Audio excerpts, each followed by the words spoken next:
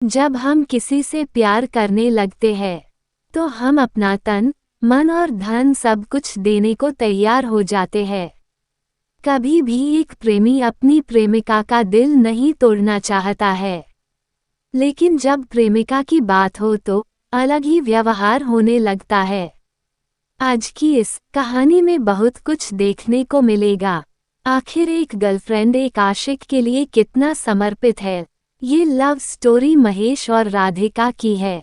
दोनों एक दूसरे से वर्षों से प्यार तो करते थे, लेकिन इजहार नहीं कर पा रहे थे। एक दिन महेश के घर में बर्थडे पार्टी थी, तो उसमें राधिका भी शामिल थी। राधिका को देखकर महेश मदहोश होता जा रहा था। वो सोच ही रहा था, आखिर राधिका को अपने प्यार के बारे में कैसे बताऊं। उतने में राधिका ने उससे उसके घर छोड़ने के लिए कही, तो महेश बहुत ही प्रफुल्लित मन से तैयार हो गया और रास्ते में अपने दिल की बात बताया। तो राधिका बोली, नहीं महेश, मैं आपको भाई मानती हूँ, उम्र में भी छोटी हूँ। तो महेश गाड़ी रोककर राधिका का पैर पकड़ लिया। महेश ने कहा, बस मुझे आपके कदमों में रहना है। आखिर में राधिका मान गई और कॉल और व्हाट्सएप पर बात न करने का सलाह दिया। राधिका ने कहा, हम सिर्फ चैट के जरिए बात करेंगे। महेश भी उसकी हर बात को बिना किसी हिचक के एक्सेप्ट कर लिया। इतने में उसका घर आ गया। महेश ने उसे उसके घर पर छोड़ दिया। अब उसकी लव स्टोरी की कहानी तो शुरू हो गई, लेकिन महेश के मन में कहीं न कहीं से कॉल पर बात न करने का गम था। उसे फील हुआ, राधिका पहले से ही किसी से अटैच है। मैं उसके खुशी में बाधा बन रहा हूँ। वो खुश है तो मेरा प्यार खुश है। इतना सब कुछ मंथन करने के बाद महेश ने लड़की से माफ़ी मांगने का फैसला लिया। लगभग 2 दिन बाद महेश ने किसी तरह से लड़की से जाकर माफ़ी मांगी। महेश ने बोला, राधिका मुझे माफ़ कर देना, मैं आपसे प्यार नहीं करता। इतना कहती ही राधिका पूरी तरह से शॉक्ड रह गई। आखिर प्यार के लिए जो बंदा पैरों पर गिर सकता है, वह अचानक माफ़ी क्यों मांग रहा है। 15 दिन नहीं बीते थे, राधिका पूरी तरह से बेचैन होने लगी। महेश से मिलना चाहती थी, अपनी गलती का माफ़ी मांगना चाहती थी।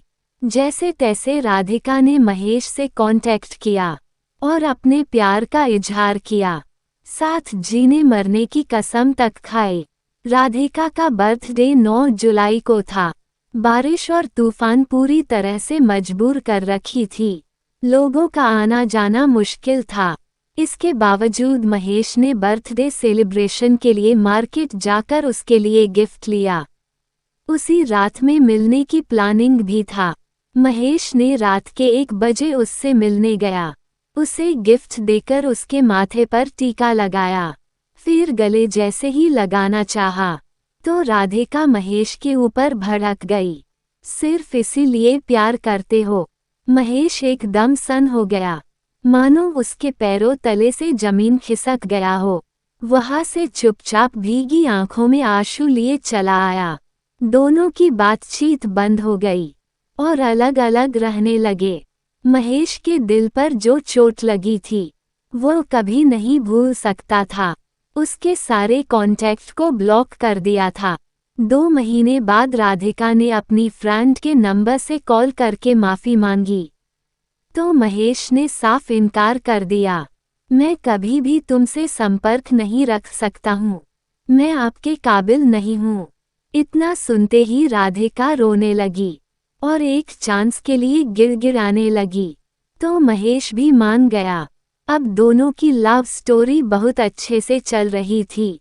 दोनों एक दूसरे से मिलने जुलने भी लगे थे। महेश राधिका के हर जरूरत को पूरा करता था, यहाँ तक उसके कॉलेज की फीस भी भरता था। एक दिन राधिका और महेश लॉन्ग ड्राइव पर थे, तो राधिका के नंबर काफ़ी कॉल और मैसेज आते रहते, लेकिन राधिका महेश के सामने कोई भी कॉल और मैसेज पिकअप नहीं किया।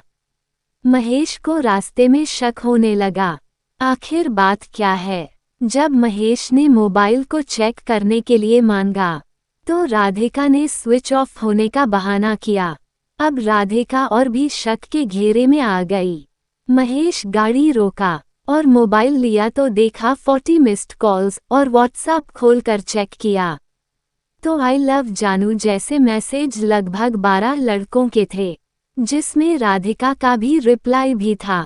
महेश ये सब देखकर काफी दुखी हुआ और वही रिश्ता तोड़ने का फैसला किया। लड़की को वही छोड़कर वह घर चला आया।